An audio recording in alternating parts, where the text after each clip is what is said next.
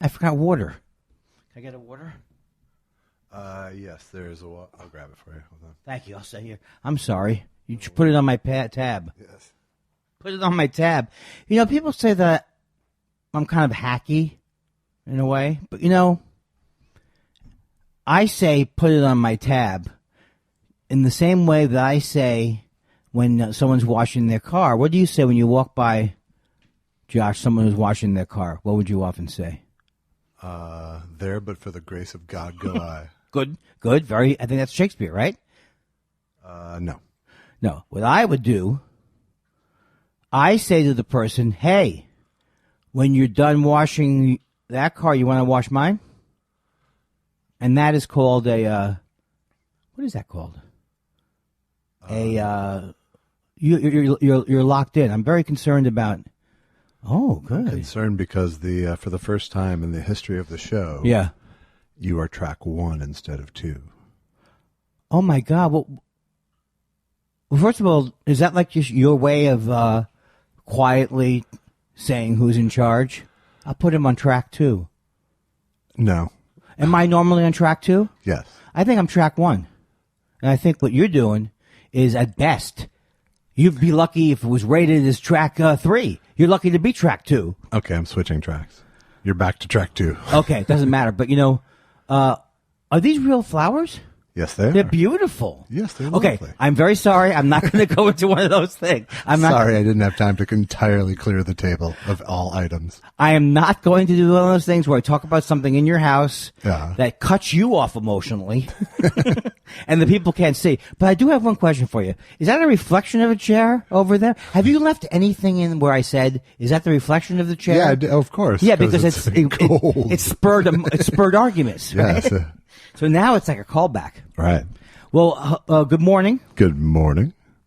Do you ever say to somebody, good morning when you get up in the afternoon or something like that, like bragging that you just got up? Not since I was 20. This is my morning. Right, like that. Exactly. This is my breakfast. Now, I want to say I came to the house tonight, and on the way into your door, I saw a man. Yeah. He looks like a shepherd. Really? A shepherd? He's a very kindly looking man. He has a stick of some kind. Was it Gruber? No, it was a Gruber sighting. He's walking a dog. Huh. Walking a dog. Wow. Do you know which dog that is? It's like an orange. It's like an orange toned dog. There's no such thing, right? No, way like a dark brown toned dog. Let me go check my neighborhood dog journal. Well, see if it matches up. You've seen Carrot Top style dogs, haven't you? Where they're very orange. Yes, I guess so. I've seen orangish dogs. I thought you would know. I don't go. It's Carrot Top style. Right, but I just think orange. I've seen dogs without orange hair that did prop comedy. I know, that's the worst. But is that Carrot Top style? No, I don't know. You know what used to bother me, Josh, is when I would be approached by autograph hounds. Autograph hounds. When people would dress their dogs up with a pen and a thing, and they would bark for an autograph. Now that's for my actual act. I bet you couldn't guess that was a written joke. No, I couldn't. Well, you knew it was written, but you didn't think it was a joke. Yeah, something about it didn't click into commerce. Well, you did that for money. You did that joke for money. I like that joke. That's to me, when I do a joke like, here's my new theory. I have no new theories. I have no good theories. Yeah. But I noticed a couple of when I bomb. Where did I bomb? I bombed. We talked about me bombing. Houston. Yeah. I have that in my journal. Classic. When I bomb, I bombs hard. When I bomb, all of my material, my collected material that I've done for my entire career, like going back to every joke I can think of, is 40 minutes maybe at the most. Okay. Because right, sure. They don't like anything you're saying, so you're just trying to, you'll try and crank out jokes. Right. Because your usual cadence is joke, comment. Right. Joke, comment. And then it's like, this was in Houston, it was every night they were like, they didn't, I told you about the Belushi problem. Yes. But, that's pretty good recall from week to week, I have to say. I don't, for you. It is good, but I just forgot what I was, can you tell me what I was talking about? You were talking about bombing. When you bomb, 40 minutes of material. Right. Okay. So that made me realize that my material, and probably every comic's material, it really isn't completely, and then people would say this more with me than most comics. It really isn't the joke. I'm not writing. It's not really the actual material that you could separate and put on paper. It depends on the comic, I think. It depends on the comic. Yeah. With me, I would say, yeah. If you said Stephen Wright, you do not work on paper. Right. So in other words, when I say autograph hounds, right. Now regardless if I'm not saying it's my most brilliant joke, I'm not saying it's my worst joke. No, it's something that you might find on a placemat. But you can't think when I'm saying that joke that I think autograph hounds is the most clever thing I've ever come up with. Right. If it is funny, it's because you have to go, that idiot said autograph hounds and he's trying to make it a joke. No, I know. There's that, the je ne sais quoi about the Andy Kindler experience. It's the whole, like, as I've said a million times, the Feldman Bumblebee analogy. A bumblebee should not be able to fly on paper. Is that David Feldman? That's his description of you.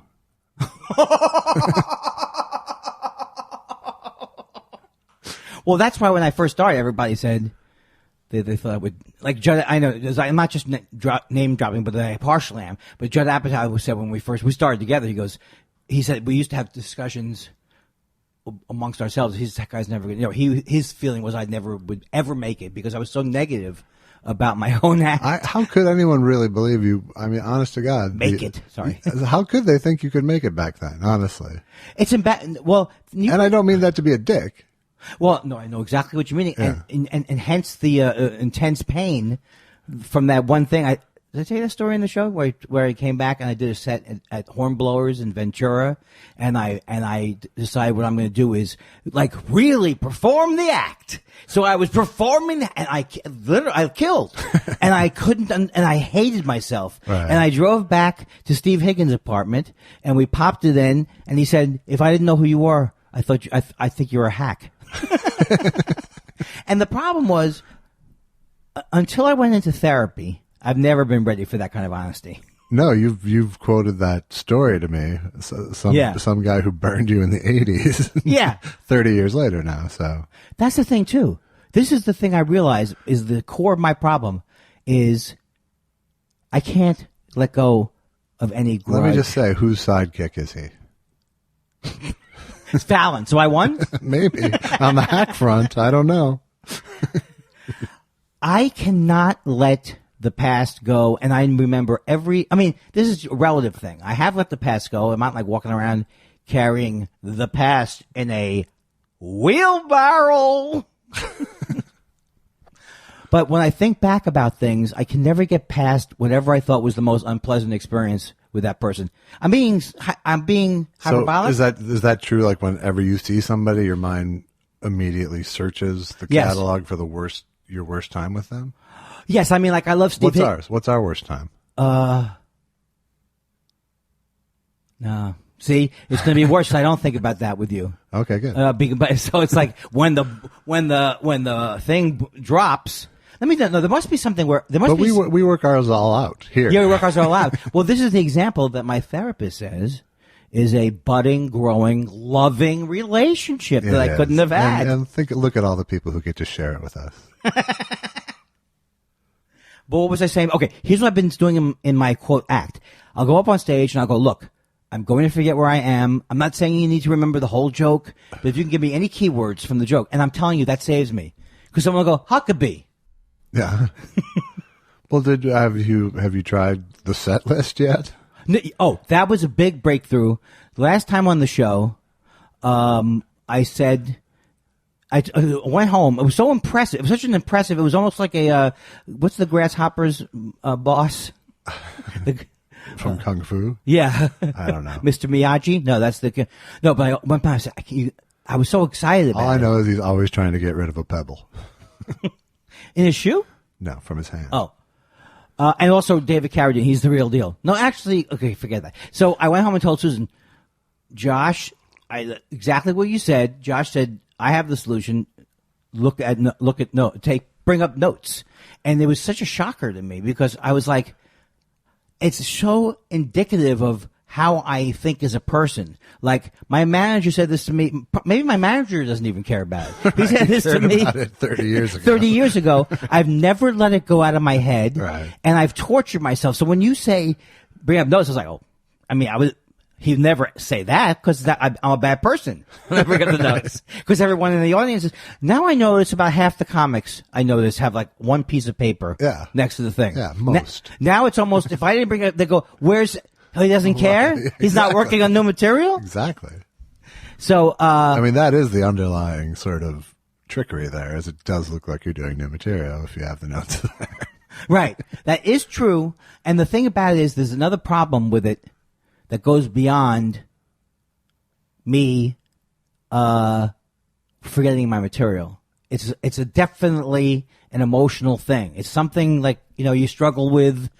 Like sometimes I perform and I feel great. Sometimes I perform and I don't feel great. But the nervousness is I think I get anxious when I forgot what I said. So then I can't remember. And I'm trying to just remember, like relax and remember. Right. But I think that I think not only do I need notes up there, I don't need a stack of cards though. No, just spend the time and put it on a piece of paper. Spend the time, come up with a game plan for that night. Right. And then you can always veer away from it. I can always veer. There. Yeah. Exactly. So I do think that there's something about, and I don't know if I'll ever be able to do this. What I would like to do is go up on stage with that game plan. Let's say that's the solution. Right. But otherwise, I'm just not thinking about anything. I'm just ready to do whatever I can do. Yeah. And then whenever I'm nervous about a show, that's exactly the opposite of how I go up. I go up, I memorize it alphabetically in my head right. So. Well, it's a new day. I hate to be Mr. Solution to every problem, but I mean, do you have any sort of ability to meditate on like in a 2-minute zone, before you go up? Okay, now I'm not going to lie like I normally do and say, "Yo, I was in a monastery for my first." No, I mean, I have a hard time believing you would be able to, to meditate. So. I've been attempting some forms of meditation since I came out to L.A. and went to the Bodhi Tree bookstore, but I think I've not done it a lot. But the last few times when I've tried it, I can see like, oh, maybe my mind's quiet enough now where I think it'll work again. You know what we should do? What's that? Is I was talking to Laura House. Yes. Who teaches meditation. Wow. Yeah.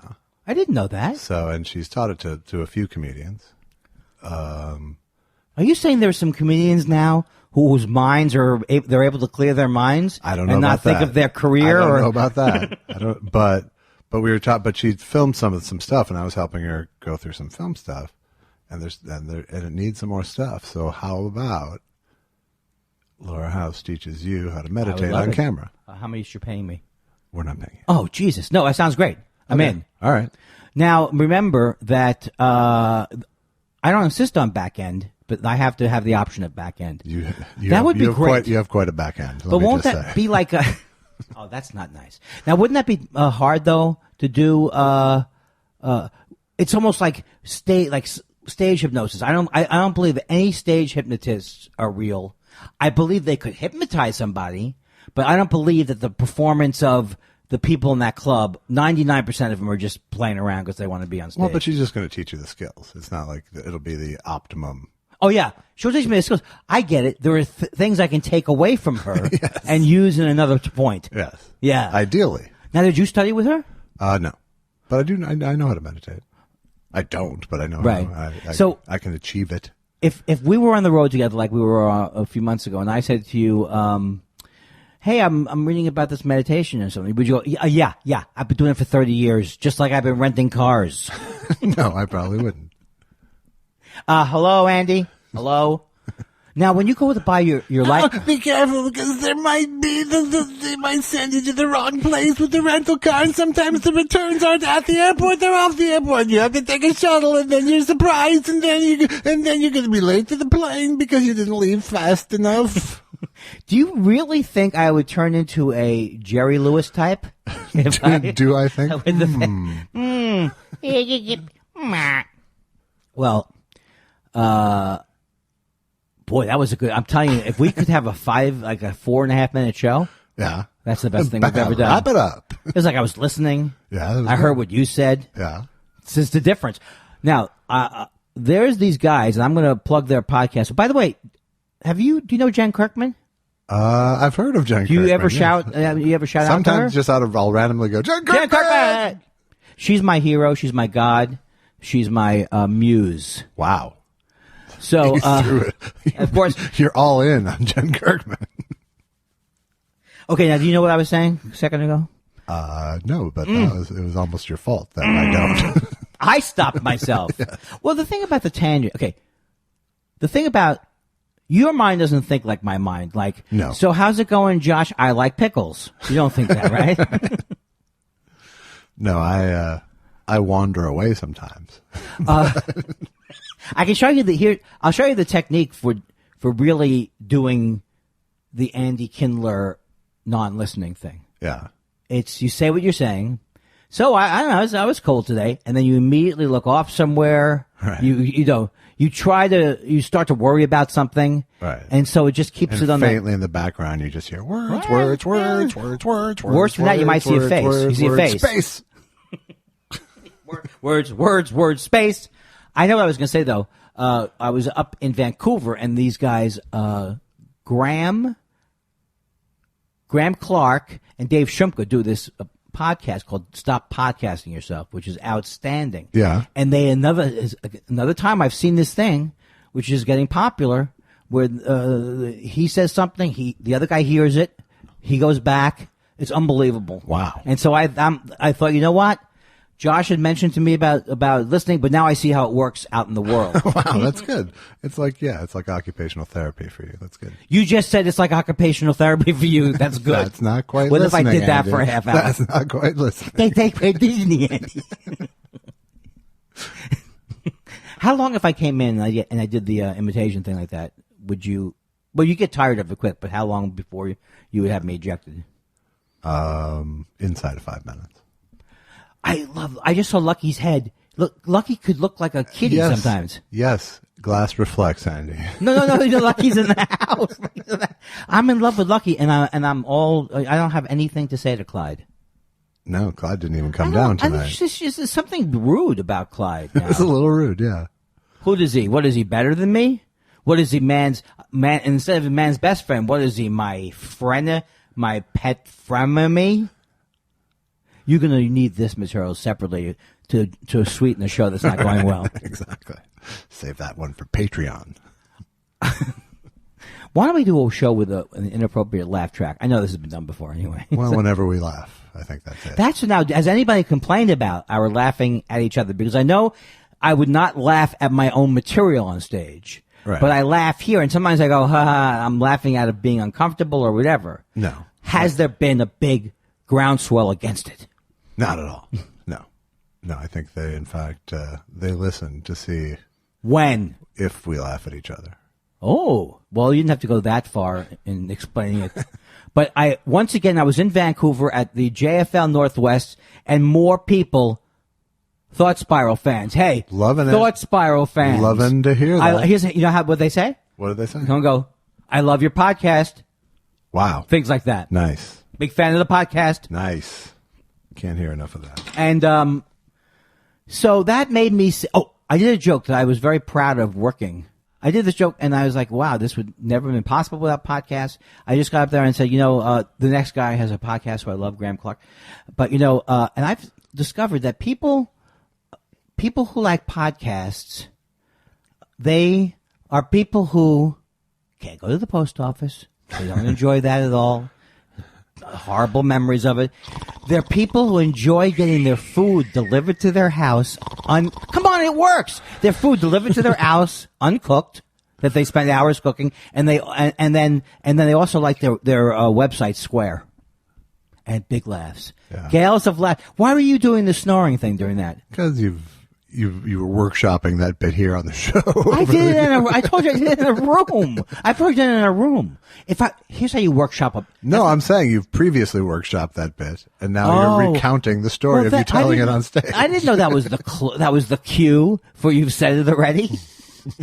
The cue for you said it already is me going on and inanely in a boring way. You should be going, all right. Or maybe you sing just a little bit of deja vu. Bum. If I hadn't been here before, I would probably know what else to do. Won't you? Now we've talked about this too, right? Which is your favorite one? If you had ever or deja vu, We have. and we have. Yes. I have a feeling of deja vu about Yes. it. Do you think it's possible that in a week or two I will be out of material? I mean, for my whole life. It could be. Yeah. This is not, if it is a finite pool, this has been a bad idea, this show. Hey, I don't have your father's dementia. Is that good? This is not your father's dementia. So it was fun at JFL. How many shows did you do? Well, I did 3 shows, and they were fun. But one show, I always tell myself, or I like to think I'm not going to get mad again. Because I haven't gotten mad like I used to get mad. Yeah, you didn't get mad in Houston, which was probably a triumph. Oh, I did get mad. I did get mad, but I got dramatically mad. Oh, yeah. And wasn't as angry inside. Maybe you should have gone for comedically mad. Well, I started into this bit when the last show of the festival, which I think, oh my God, you want the last show to be good. And then I'm just, I start making fun of myself, which if nobody knows, I think it's a festival that promoting me. This show has been going on for a few years. There's somebody. Everybody knows Andy. Right. Or somebody knows Andy. Right. But they don't. So they just assume after the third negative comment that, oh, well, you're a horrible act and you don't like your act. So I know that's what happened because this guy yelled out, oh, why don't you be funnier? Right at the front table. Yeah. He's literally 3 feet from me. And for some reason, the fact that he was so close and said the most horrible thing you can say just made me mad. And I just couldn't, and I hated their whole table. Yeah. They also wanted to sit up front. And they were doing a thing like the 2 women would talk, but they were a foot from me, so they would try to hide the talk. If you're right at the stage level, don't try and hide your conversation. Right. You're still having a conversation. Like your 2 football players talking. Yeah. She actually at one point put up one of those clipboards they have with all the plays on it. So it was mixed in that way. But I always enjoy. I mean, those festivals generally are fun. Yeah. So it was pretty fun. And I love Vancouver. Oh my God, I didn't smoke any pot in Vancouver. You're lying. I'm not lying about that. What would that? Think back. No, because what happened was I was very tired the whole time, and this leads into the sleep test. But I was exhausted. I went up with Susan. I slept the whole weekend. Oh, okay. Or attempted to sleep. Yeah, and didn't.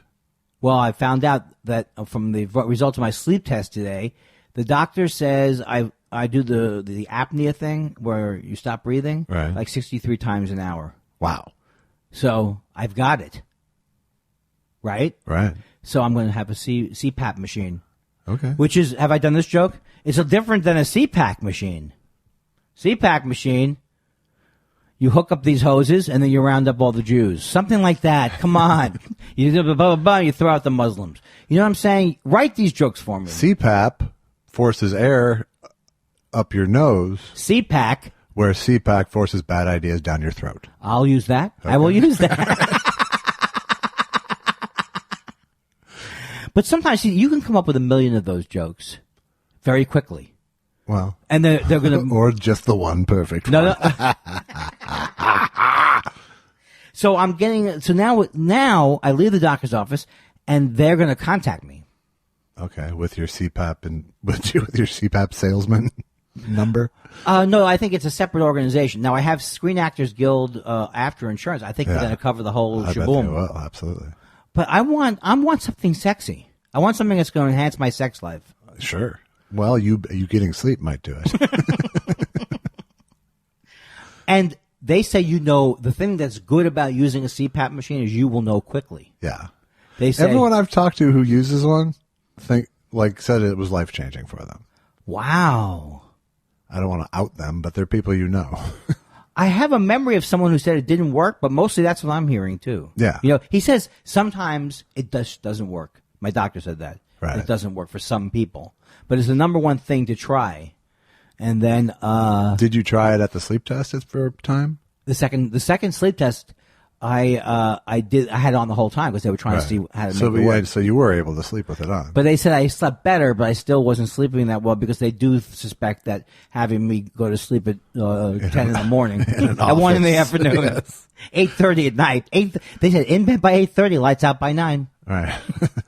So within days, I will be contacted by a CPAP person. And then forget about it. I'll make bits out of it. I'll do a special. Right.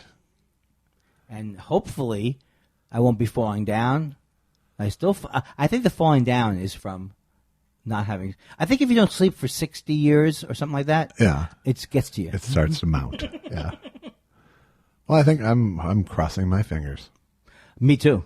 Because I fall asleep during conversations. I told you that? Yeah, I did. And during podcast interviews. Yeah, I edit those things out. Have I ever fallen asleep here? No. I'm just kidding. That would be good, though. No, it wouldn't. I would be so scared. I see. The thing is this. You say, I don't have a thing where I remember about a bad situation that we had. Yeah. I'm just frightened of you. Because the relationship's going so well. Right. How am I going to screw it up? How am I going to abandon you when you break the camel's back? That's exactly. And I do believe. I don't know. It's never going to happen. I know you say that. That's what the person who really gives you, and when they finally give you the shma boom boom. No, I know that. But now there's thousands of people who would be mad at me if I abandon you. I don't think. There's no. I mean, some of them would side with me, but I think... No, they'd all side with you because no one can argue that I'm not annoying, that I'm not abrasive. Let's add it up. Am I abrasive? Yes. Yes. Am I self-centered? Am I narcissistic? Do I have a tendency to think of myself before I think of others? Am I describing Gandhi now? This doesn't sound too bad. This is you with a magic 8-ball. Me with that. But here's one thing I want to say though. I do want to say that. Want to say is that I think I'm learning that I don't want to be one of these people who remember when they did not find the secret, that someone did not find the secret to life, but they promoted that they'd found the secret, and it was on Oprah and everything, and it was called The Secret, right? And it was all garbage, which what the secret is? You gotta say to yourself, "I'm it," or whatever the thing was, right? I do have a theory that I found not found because my psychologist knew it before me, but I found one of the main things that I share with people in pain is the inability to let go of the past, but also to be worried about how they are in front of other people. This is like, I didn't realize how much this was a problem. That a lot of people do that. Right. They're worried and they're awkward socially sometimes because they're worried, or put it this way, I think most people don't think that, like, say, loving themselves or accepting themselves can come. They may have heard it comes from within, but I don't think they believe it. You know what I mean? They believe if they're not getting love from the outside, they're doing something wrong. Yeah, I'm sure there's a certain threshold where you cross where you go, no, I'm sorry, I'm just not a credible narrator no matter what. Yeah. And you have to build that back up. Yeah. So I don't know how I can make money off of it, but I'd like to. Well, you could start remembering your stuff and not falling down on stage. And See? I think this is the type of thing I want. Keep rolling in. That's not what the therapy is about. It's supposed to be going, I accept myself as a falling down failure. So how was your week? This is like, I just decided. No, but that was like real conversation. That was real conversation. No, it sounded weird to you. It sounded weird to you, but there is that playing chess thing about the podcast. Yeah. Where if I feel uncomfortable, I can quickly go, so what's your deal? And that's just kind of almost like a tactic. Yeah.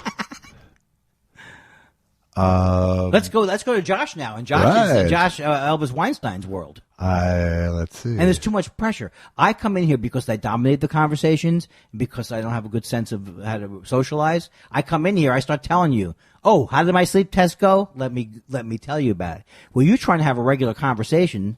So then when I say to you, what are the 5 top things that happened to you? No, I think part of the formula, though, Andy, is honestly, you talk more. Well, I would like to say that I'm just happy you use the word formula in regard to our show. I think if we've determined anything over 45 episodes, it's just you talk more than me. But now, when you listen back to this show... And it's not bad. It's not a pejorative. No. It is a pejorative if I'm not listening and I'm doing it because I'm uncomfortable. No, I'm not saying there aren't skills. It's not there aren't gold. more skills you could bring to the table. Yeah. But I'm just saying that, don't get self-conscious about being the one talking more because it's always going to be that way. Oh, that makes sense. And also about getting 60-40 on the merchandise for that reason? That's why you get 40 because I have to add. You have to. Do you ever buy that the straight man got paid twice as much? I guess they did, but do you buy No, I don't think it's true. They always say the straight man. Someone should check this out of our research staff. Yeah. In the old days, they would say the straight man in comedy got paid more. It was a harder job to do. Yeah. Oh, really, Lou? Like they were calling up the the comedic employment agencies going, I need a straight man and a funny guy. Yeah. I can't afford two straight men. Yeah, exactly. Like they were just one from column A, one from column B. I mean, I have a budget.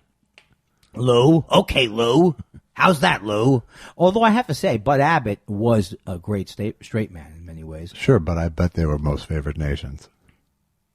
Oh. Do you think back then they even had showbiz's terminology that's been used to rip us off? I think so. That's how you know you might get ripped off.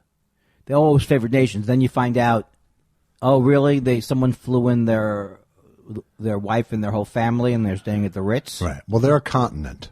You're just a nation. Well, favored nations. The thing that's bad about it is it sounds like it's a good deal. Well, no, yeah. I mean, sort of. I mean, it just sounds like it's taking jealousy out of the equation. That's the only thing, Why don't you explain to the layman? Favored nations means that no one will make more than you for the same job. Right. So if you're hiring a cast, in fact, I just talked to someone today who's in a favored nations deal on a show, and so everyone in the cast, it's usually when something is low budget. Yes. You're going, please do it for this, and the best thing I can promise you is that no one's going to make more than you. Right, and where it's gone off the tracks, like even on Raymond, when they had contract disputes, they didn't do what the friends made a good deal. They decided to go in together on everything. Right. They one for all for one. On the Raymond set, people were paid differently. For example, Ray Romano was paid $2 million a week, and I was paid thousands of dollars a week. Now, why didn't we all stand together and say, "Where's the favored nations?" Yeah, even for the recurring characters. No, you want to pay me $2 million when I'm on for the week? Fine. I say we meet somewhere in the middle. Yes, everybody loves Raymond, but that's not to the exclusion of exactly. Andy. It's not a zero-sum love game. Well, everyone loves Raymond, but you know how when people stop loving Raymond? When they feel as if they're getting ripped off financially. Right. So that's what favored nations is. But I've seen it definitely be used as a lie. Like a comedy festivals. Not and any kind of festivals I play out there, the ones I'm currently playing, I'm not talking about you guys. You guys are great. I'm talking about the Tin Can Festival I did years ago. Well, and in my little world, in the documentary world, it's often what you do with music rights too. Oh, that's the way you try and get a reasonable thing, right? Yeah, or you don't. You don't, yeah. But like in the case of this, I had to go deal by deal with all this music. And how is that going, young man? We may have had the final breakthrough today. We'll see. Waiting for one more phone volley, and we may have gotten everything I need. And then, do you feel like a big stone has been lifted off your chest? Yeah, and then a few others get placed on it because then now it's like, all right, let's kill every duck or whatever. Yeah, get all the ducks in a row. Right. Well, I have been doing, and I'm doing better at tasking, simply by remembering that the most important, like, for example, I'm only 4 minutes late tonight because that's all I think about is getting here at 9. Yeah.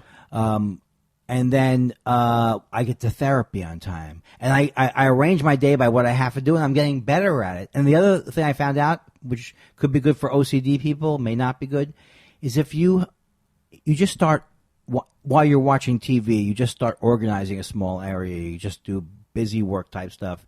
I've been doing that, and that has been getting me to do other stuff. Not the taxes or anything important. Right. So I'm on the road to recovery, and I think, are people sending money? Or are they Patreoning my mental illness? They may have started their own Patreon for your mental illness. Now, when I say mental illness, I don't mean it in a pejorative way. What was I getting? So you'll get the CPAP machine this soon here. Within 3 or 4 days, I will be contacted by the CPAP company, separate from the doctor I went to, but through my insurance. Okay. Well, I think we'll be able to tell the difference here.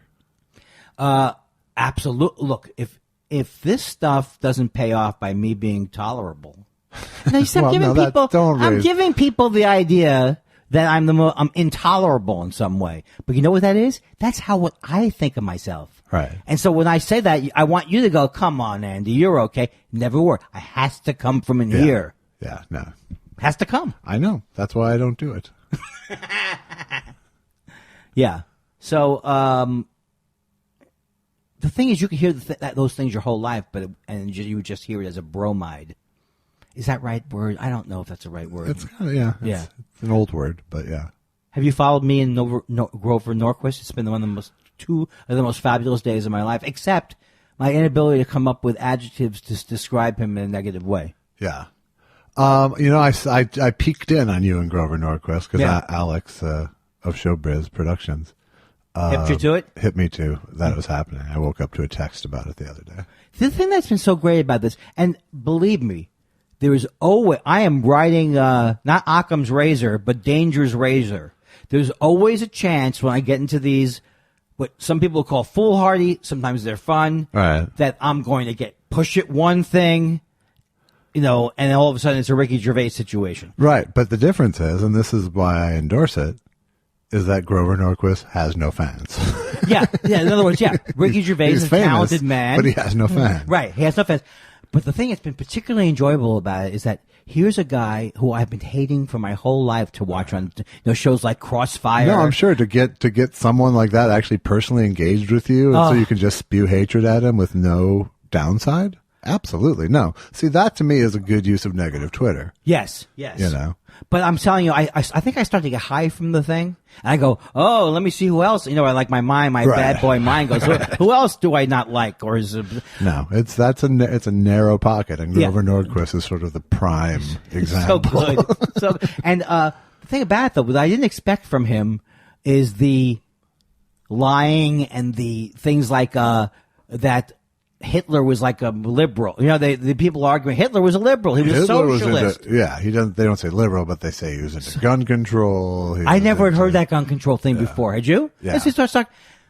And so, it's like, meanwhile, I think that it not only was fun, I think it really may have took him down. I mean, I don't know. How does a person I'm 3 days. No, I assure you, Andy, you had no effect on Grover Norquist. Oh, that's right. Because no one has had more venom sprayed at him. Oh, I guess that's true. Yeah. I'm 3 days. That's why he's so fast and loose with the shitbag canned replies, But however, he's married to a Palestinian Muslim. Yeah. And he's supporting a guy. He's one of these guys. You know how they say he came for them, then they came for me? He thinks that when Trump... Right, but Grover Norquist has one single issue. Taxes. That's it. Is he for them or against them? He's against them. And he has tax pledges. Yes. And he for 10 years he had the Republican Party all signing pledges that they will never raise taxes in any way. And I will go further than that. I will say so the fact that he backs Trump, isn't surprising. Even though regardless of ideology, he has one issue. Right. I maintain that people have died because of his policies. I'm not going to argue with you. I say fucking back up the truck and heap scorn on... Because the people who wouldn't take the state Medicaid thing, they had money for the states to help poor people, but a lot of Republican governors wouldn't take it because it's welfare, whatever the hell they call it. A lot of people have died from that. They've died from his harshness. I'm not putting him in jail, but into the scorn field, baby. But it was good though because I don't think you may have known, and I may have known. I don't think other people knew that much about how. The kids today don't know how horrible he is because he's not as ubiquitous as he was. No, he's lost a lot of his juice.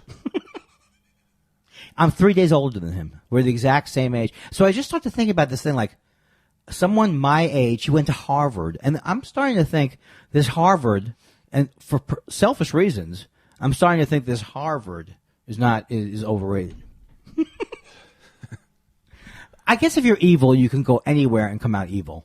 Yeah, I think it was user error with him. Right, and the thing is, he was making arguments that were, I like to call, because he told me I was calling him teenage names, so I came back with obtuse and my heavy hitters. That's when I got highfalutin. So he's arguing things that either he knows are untrue, so he's a liar, or he's arguing things he's not a particularly articulate person. Right. So but then I go, well, maybe there's not all people who have brains. It comes out the same way. They have brains. It doesn't mean he doesn't have brains. Yeah. Like, I'd like to go the whole way and say he was a legacy admission, and I'd like to say everybody evil shouldn't have gone to Harvard, but that doesn't make sense. No, some of them learned it there. Yes. Yeah, because just like in jail, some people come out with lessons. You can't go to Harvard and not, that's the thing they say. There's no rehabilitation in Harvard. They just teach them to be full of themselves. Right. It's just full of recidivists. Dershowitz. The grad school is just recidivists. I can't think of more obnoxious. I'm sure we could come up with a million obnoxious people. And, but Dershowitz probably might be the worst of all. This is coming out next week, right? Yes, it is. Well, it's always coming out next week. They don't know what I'm saying. Right. So tomorrow is a big election here in real life in Pennsylvania. Here in Pennsylvania? Well, I meant like here in the real world. Like, this is the real world to me. Okay. You've created a fantasy world like, this happened on April 15th. You probably have what's happened on April 21st. What's happening in next week land? In fact, Letterman at one point, I think sarcastically, he used to do 2 shows on Monday, and then he ended up doing 2 shows on Thursday. Yeah. But at first he was doing 2 shows on Monday, and he would always do a week wrap-up.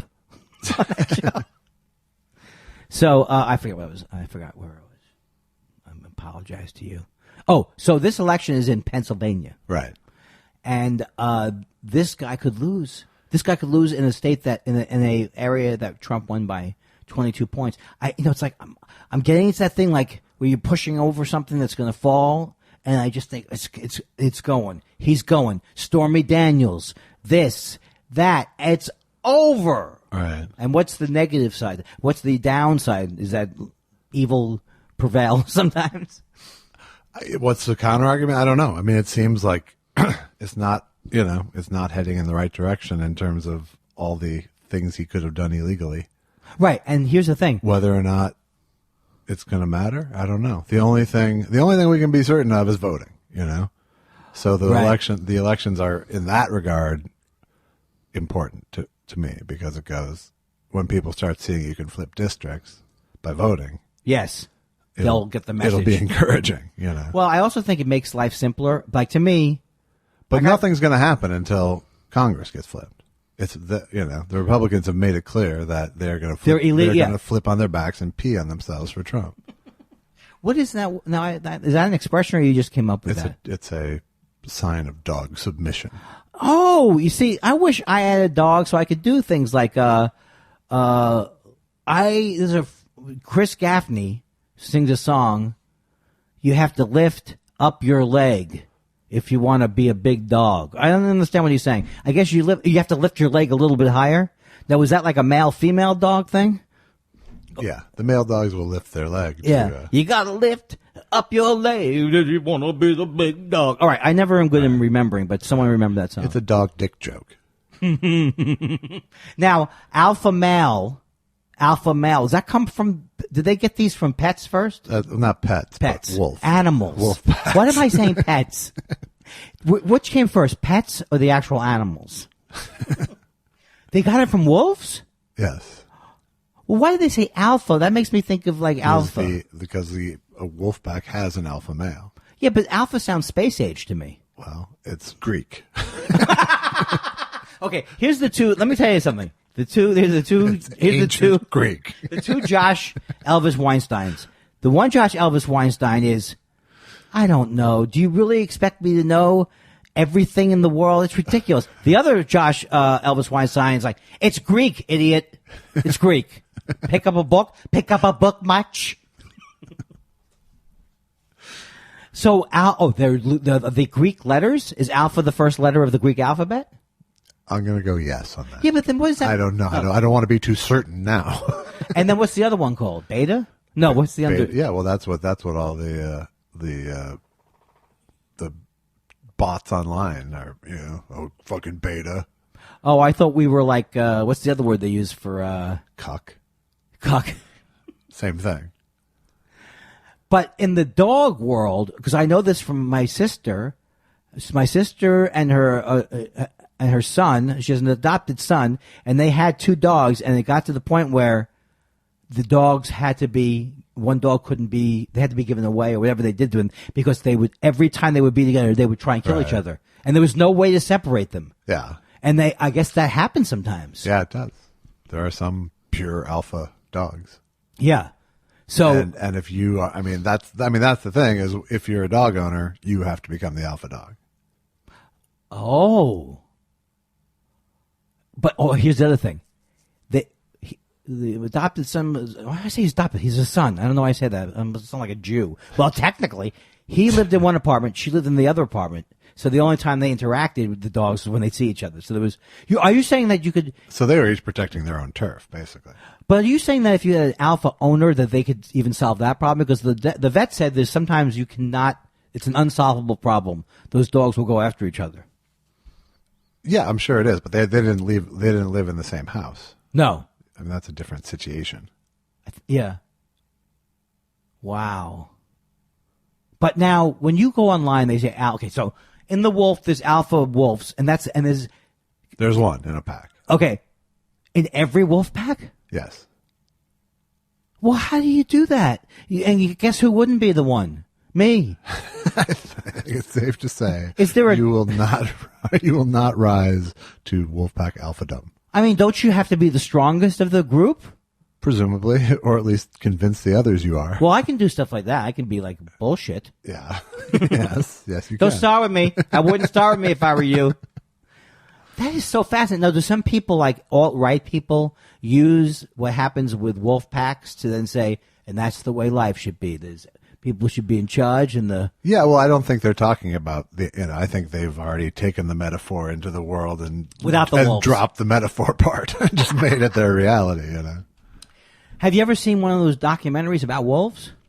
Sure. Okay, so when you see those, is it like one guy is like, hey, everybody huddle up type of thing? I mean, how does it play out? He runs around the other dog. The other dogs carry him around. Does he have his own home? Does he have a better doghouse? Yes to all of those things. Does he get Rachel Ray's food? Yes. Do you agree with me or disagree with me about this? The fact that Rachel Ray has a line of dog food, which she says is based on her regular recipes, is that good? It's a horrible thing. It's for people who feed their Rachel Ray food to their dog. But doesn't it lessen her brand? This is low-grade dog food, Rachel Ray. She uses the same philosophy with dog food. No, it's tapping into those people who, just love her. No, and who love their dogs, who believe their dogs deserve people food. Yeah, but no one's going to go. They should not have to stoop to dog food. True, but if you want me to get into the Rachel Ray business, how am I going to not watch that commercial and go, ooh, like her food tastes like dog food? No, I don't. I agree. It wasn't necessarily a great brand choice. Because what are you going to do? You're a human cook, and now you're making dog food. Yeah, separate it. Separate. Like I would put it under a different name. Right. Right. I was going to say it like Scooby Doo, but that comes out Rachel Ray. I don't know Scooby Doo is a I know it's a reference, but is Scooby Doo something I would enjoy as a person? No. But comics. No, you can't go back for it. But okay, so the Rachel Ray thing is. If you did know Scooby Doo, by the way, that Rachel Ray thing would have been a really good joke. Why? No, I'm serious. So not only do I not know, I know the reference. People go, rah, rah. Right. Who? First of all, who's the voice actors? Like Mel Blanc? I don't know who did Scooby Doo, but Casey Kasem did Shaggy. This can't have happened. So he's the voice of Shaggy? Yes. So did he do like countdowns, like the top? Zoinks! So you're saying, and it's for kids, I'm assuming. Yes. Or people who are easily amused. Which guy am I being when I answer Scooby-Doo questions? I know everything or know nothing. I don't know. Yeah, that's an area where either way is neither impressive. Exactly. Well, you've backed me into another lose-lose corner, Kindler. Well, my wife says that Rachel also does EVOO is her BAM. BAM. And she says EVOO? EVOO, extra virgin olive oil. Ah. EVOO it. Bam. Bam. Unbelievable. Why don't people have me, you know why they don't have me writing ad copy? Because your BAM would be Schmagengi. Hopefully I would know not to go Jew with every campaign. Hi, I'm Andy Kindler. That's when you hit it with the Schmagengi. I'm Andy Kindler for vitamin water. You like water? Try the vitamins. It'll make your Shapupnik feel better. It'll put the oi in oy vey. But I would never be hired to write for commercials because the only thing I'm really good at is telling you why your idea stinks. Yes, you are good. And you're more of a focus group than you are the maker of the commercial. But I mean, I really know when you see these. When I saw that Rachel Ray commercial. Oh God, just the mileage you got from jellyfish alone. That's the thing. Don't get me started about it again. But just on So I know when something's bad. Like I knew, we both knew, but you were way ahead of the curve on the Charmin bear that you said was based on shitting in the woods. Yeah. Yeah. We knew that was a horrible idea. Right. And now their slogan is enjoy the go. Yeah. Look, whatever you think about going to the bathroom, I don't like to think about it. I like to think I don't do it. But whatever you do, people know that, let them have their own relationship. Don't encourage them to go. Don't encourage them to go. Well, don't if you're encourage a toilet them to paper maker. Don't enjoy the process of eliminating your food. Yes, with Charmin. Yes. Okay, so that's your favorite commercial. You're saying it's starting to be, knowing how much it upsets you. It upsets me very much. I didn't even like Mr. Whipple. It's pretty. Yeah, I didn't like Mr. Whipple. Yeah, that was. But I didn't think about body function. I don't want to think about body functions when I'm buying toilet paper. I know what it's for. Go the other way. Hey. What's happened? Oh, is Charmin's new Arctic freeze breathing? Yeah, I gotta go. I don't like the whole enjoy the go shitting bear campaign. So I'm not defending that. Yeah, but I said, I didn't even get it. I didn't either until I said it. You're selling toilet paper. The only thing. Don't talk about it. The only thing that makes toilet paper good or bad is how it feels against your puckered buttocks. Yeah, but can't you come up with other, like they have those things where they pour like something in a diaper? And what does that mean? What does it mean? Just something. Just have a funny. If I'm spraying blue liquid out of my ass, that's a good test. See, that's the thing. They're thinking that you're their target audience for this. Well, yes, I am. I'm a bear myself. Oh, honey, I can't wipe my ass with this sandpaper. And why does a bear talking sound like a voiceover actor? It's like Homer Simpson. Ooh. Bear. I can't do this. I can't enjoy it with my ass wipe too. Well, be that as it may, I just am horrified by the whole thing. Yeah. I have many things. You are horrified by poop. Yeah. I don't like it. You're squeamish. Yeah, that's true. I am squeamish. Don't go blue, I say to people. Don't go brown. And remember, if you're listening at home, I'm not in favor of this part of the discussion. I check out. Yeah. I like things to be clean. Why can't our podcast be TV clean? It is TV clean. We just discussed a TV commercial about shitting. They don't say that on the commercial, though. No, they say enjoy the go. Oh, I'm a bear. I'm a bear because I'm animated and look like a bear, and I'm making this voice. Why can't a bear sound like this? First of all, do bears talk? No. So why don't they sound like this? How's it going, Josh? Man, it's not as easy being a bear as I thought it was. Why would you assume they're going to talk like this? No, clearly they talk like Art Carney. Well, that's the thing. Isn't that how Seth what's his name? MacFarlane built his whole career on doing old voices that were already done, like Peter Lorre? Yeah. and that's it. He's going down now, Josh. You've been kindlered. He's not going to get out of this alive. So what else? I went refrigerator shopping with my 86-year-old mother-in-law the other day. Oh, how's she doing, by the way? She's hanging in there, as is her husband. Oh, cool. He's stable. That's great. Comfortable. And have you been going over to visit at all? Yeah, a bit, and going to help with stuff, and going to go buy a refrigerator, for example. That's see if it's strange to go shopping for durable goods with an 86-year-old. But shopping a refrigerator would never it wouldn't be good with anybody. Probably. I mean, it wouldn't be like the fun of it. Wouldn't be exciting. You think because if you were with a young person, you could use all the refrigerator lingo. Does this one have a crush ice or schmeischer? Right. Or she say, I just want a big. This is not the way she sounds, but just give me something with a large piece of ice in a box.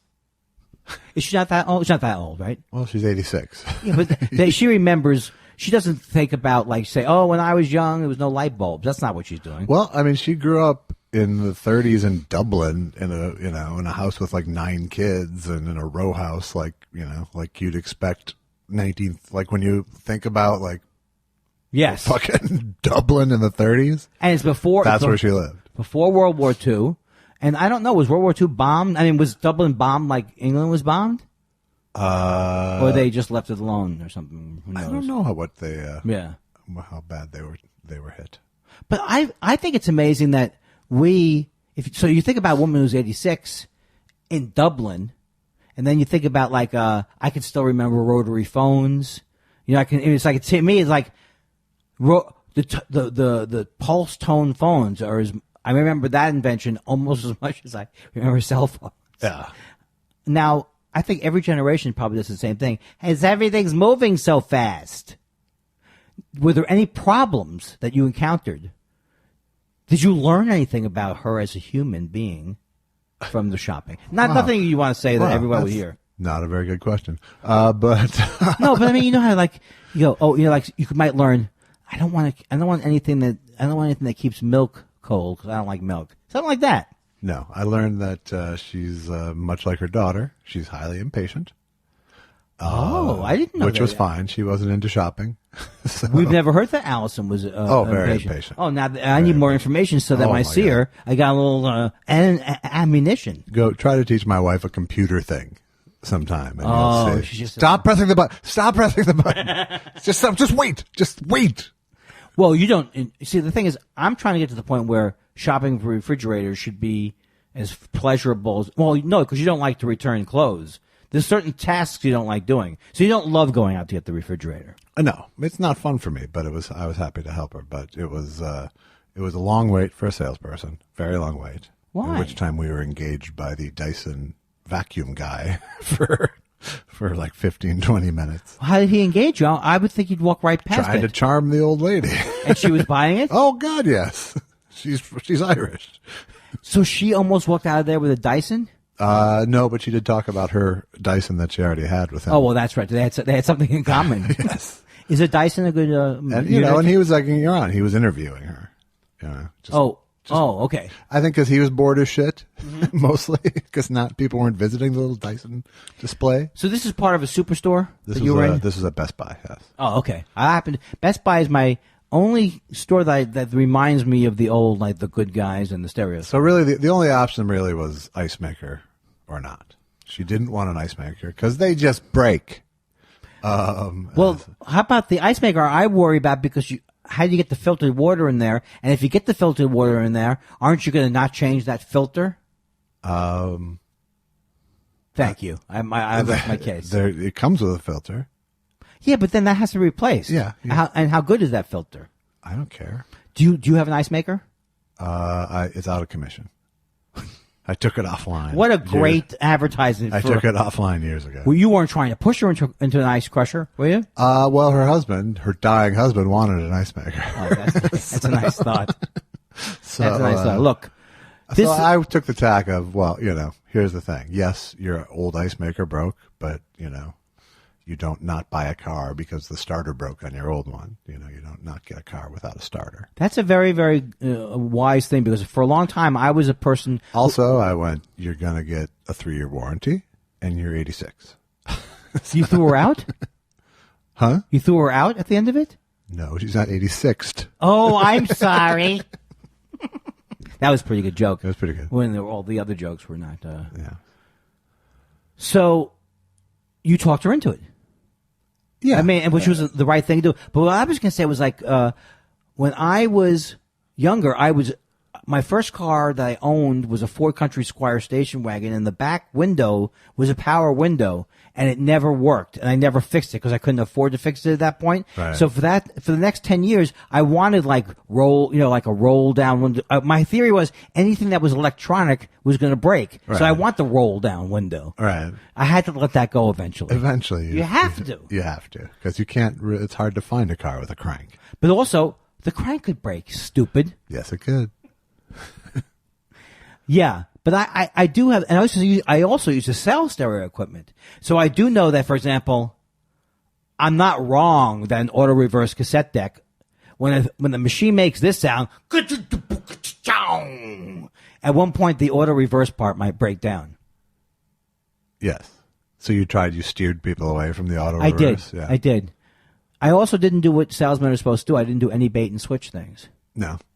We had, I worked. What about spiffs? We had spiffs. Yeah. But I worked for this disreputable outfit when they were going out of business, and they went out of business, and they were always trying to sell the house brands and all that kind of stuff. Yeah. And I had principles. If I had principles, why was I a stereo salesman? Try this shiitake. Where did that come from? Just sounded That like a fake house brand. Oh no, it sounds like a fake mushroom house No, brand. it's a real mushroom. Oh shit. See? I was laughing without knowing why I was laughing, but that's what it is. See, if I said portobello, that doesn't sound like a stereo. That doesn't sound like a stereo. JBL. That sounds like a mushroom. Whoa. Callbacks. Hey, today, do we have a new episode that came out today while we're taping this? Yes, indeed. Now, last week I said to you as we were leaving, I think this is a good episode. Yeah. And, of course, I don't edit or answer your emails or get involved with anything else. What did you think when you edited it? And we don't really edit it, right? Oh, yeah. Oh, we edited. My voice is speeded up, too, I found out. Yes, it is. Normally, I'm sorry. Here, let's try it. Here's Andy at natural speed. I think it's lovely today. Exactly. And he says stupid shit, too. So we're going back to... I think it's lovely today. See? It sounds normal now. Unbelievable. You always look for a chance to interject. So did you like the episode? Middle of the pack. It's a middle of the pack episode. You can't love an episode at this point. No, I can't. You can't. Well, it would be almost insane. It's a little insane. Like, I do find I laugh... If I laughed here, you have to include it. I will laugh. No, I'll laugh again listening to it. Oh, I'll find myself laughing at the same things. But it's never like you call. I never had one call from you in the middle of the night. Oh my God, I found the greatest stuff in last week. Yeah, when you start talking, you were here. I always figure you were here. But I predict that this show, until I brought attention to it, is one of the best shows that we've ever done. Maybe I don't want to jinx it. Maybe the greatest podcast ever delivered. Honest to God, I couldn't even dream up a criteria by which you would judge our show and which one is better than another. That would be good, though, if they do have podcast awards and podcast people have to compete for slick. You know, I like Josh and Andy, but they're not slick enough. They've got to, keep the energy moving. Right. Well, aren't we going to be at a podcast awards ceremony one day? I don't think so. Don't they have? No, I mean not us winning. Oh, okay. But necessarily, but they have them, right? I think so. Podcasties? I think so. The potties? I haven't concerned myself with accolades. Well, I talked to my wife this week about whether we should go the Patreon route. Yeah. What does she think? She thinks we should have sponsorship. But you know what? 5 minutes later, she was asleep, so she's not really involved with it. I so love that we don't have commercials on the show. That's true. That is true. I really, really don't like commercials. I think you're right, and because podcasts. it's like maybe they should come up with an interesting product that isn't just about like you want a square looking website. I mean, it would be different if we did something that was actually broadcast style. That's what would be good. You know what I mean? If we were actually doing it like a radio show, Yes. then advertising wouldn't feel out of place. Or if it was Pod, if we were sponsored by That's Pod. true. But Pod doesn't need to be sponsored, I realize, right? No, I mean, we're sort of, They don't have to have an open mic night, right? we're subliminally sponsored by Pod, I think. But we don't, like there's no, I always got worried because I went into our favorite place and there was this empty one. I was always worried, is this going to be peak and they're going to have to all close? No, it's just timing. Yeah. Because I was there last week and it was packed. I was thinking about you when I went in there. And then actually, when I left the inside chamber, it was all packed on the outside. Yeah. And I do like bubble hash. Don't arrest me. I like bubble hash. That's good. I haven't had it. Sprinkle it on top of your regular pot. Yeah. And enjoy yourself. And I'm also really starting to throw away like resin. Oh, yeah, good. It's a new world for me. It is. It's a glorious time. It's a glorious time. Oh my God. Oh my God. This has been this 2 hours has flown by. It hasn't been. What the? Should we go to the question? I think it's a good Since idea. You're starting to look at the clock. Hey, I was just in Vancouver, but I want to say I came up with I say when they hire me in Vancouver, it's Bankcouver. Bankcouver, because I'm money in the bank. Right. Good one, sir. Yes. A lot of questions today. I asked people to send in questions. Did that help? It helps a little. Oh, God damn it. This one goes back to last week. Someone pre-tagged it. Andrew Dempsey. They're about to air a TV program in England where a married couple will switch with each other for 7 years. Unbelievable, except it's true. It's called the 7-year switch. My questions are, what came first, the title or the idea, and who would Josh and Andy swap with? Well, answering the question fully would be like the end of our lives. I would like to sleep with... what are we doing? What are we doing? How's that going to end well? Yeah, no. I think... I was hoping you'd walk into it, and then I'd go, you're an idiot. I think they came up with a name first, though. For sure. Yeah. Because, And that's how 90% of TV is created, by a pun. Right. Or one line But who the description. fuck would do that? That is just... I don't believe that's a divorce. That's not really a... They that's not a agreed to reality switch show. for 7 years? Yeah, there's got to be That's not something. going to be... Yeah. It's ridiculous. I'm not even sure I believe it. Isn't that just an open relationship at that point? It Hello? is if you're on TV. Oh, it's open. Mark Zyla, file under impression request, Jose Feliciano as the new lead singer of the Cranberries. Would prefer Zombie, but will settle for Dreams. I think Huell Hauser might MC that gig as well. Wow, that's a lot of requests. I don't even know the Cranberries that well, do you? Yeah, a little bit. Okay. She just died. Dolores O'Riordan just died. Oh, I think I heard that. I'm an idiot. But she's too young to have passed away, right? Yes. I don't like that. But, Now I'm bringing down your impression. But I hear Jose Feliciano is in talks to replace her. By And singing, talks to replace her. zombie. That's the best I could do. I think I even recognize the original song. Zombie. It was an all-woman group. I don't know why I asked that, but I'm an idiot. It was not. Okay. Yeah, I didn't do a good job with that, but I think it's hard to follow the announcement that someone passed. zombie. Don't be discouraged. You know what? I changed my mind. There was never a time that won't cheer me up. Hee-ho. Hee-haw. Hee-ha-ho-ho. Someone wrote last week and said, I saw Jose Feliciano in concert, and when he sang Chico and the Man, the first word sounded like Chico and not hee-ho. Yeah, I got that email. So And I said, exactly. It's an abstraction that exists solely to make Andy Kindler happy. that's right. Hee-haw. Hee-haw. Oh, it is hard. A man, it is so hard to understand.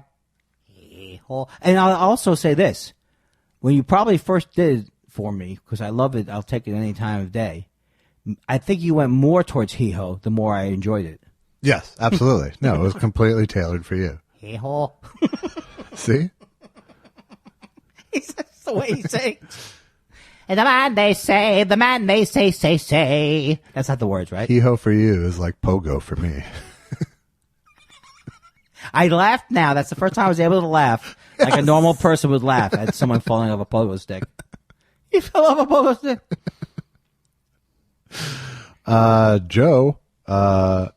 Josh, ask Andy, since he lives with anxiety, when he gets sick, like with a cold, does he give himself a break and the anxiety lessens? In other words, the quest to find things wrong isn't valuable when something is undeniably wrong. That is exactly right in the pocket of what I'm going through right now. Yeah. It is true that if I know it's a cold and I know that I don't have to do a gig or I know I'm off and it just keeps me from doing regular errands, it can feel like a vacation. Yeah. But often when I start to feel any physical thing, I start to panic and go, oh my God, am I getting food poisoning? Am I going to miss the show tonight? And so that's what I'm struggling with right now because I realize there's absolutely a physical component to what I'm reacting to. It's not like I'm making up a feeling. Right. But I'll get like a stomach ache. I'll exaggerate it and I can make myself have a kind of an anxiety attack from it. And that's what I'm dealing with right now. I want to just be able to, I just want to be able to swallow a thing of pills and not go, just let it be. But that is true though. And for years, the worst thing in the world, I still think the worst thing in the world would be to cancel a gig or something. And it's not the worst thing in the world. So that would be another thing I would hope therapy. Not if it's you, it's not. So stupid. It's so stupid. It's just not with you. What are you saying? Because it's poor quality. That's why it wouldn't be the worst thing in the world. It's just great. I would like to eventually. So you're saying, basically, I mean, there, like every situation you can spin into a worst case scenario. I can't, not every situation, but anything slightly negative you can spin. Yeah, and slightly real, like I ate oysters or I ate this pulled pork in Vancouver. And decided you were going to get poisoned by it. I didn't like it. I realized I don't like pork unless it's red like the Chinese pork I eat, and that's not real. You know what I mean? It has like the red edges or something. The dye, yeah. Like roast pork. Yeah. But it's still gray. It's a gray food when it's cooked. Right. So I started to think about that. Why? And then I actually had this thought. Maybe the Jews were onto something with not eating ham, which at the time maybe they were for dietary reasons. But I do have this block sometimes against nondescript looking, like pulled pork does not taste like brisket to me because I'm psychologically against it. Well, also it's not brisket. But I think brisket would be, like, I don't see why anybody would never have brisket when they go for barbecue. Yeah. Do you like pulled pork?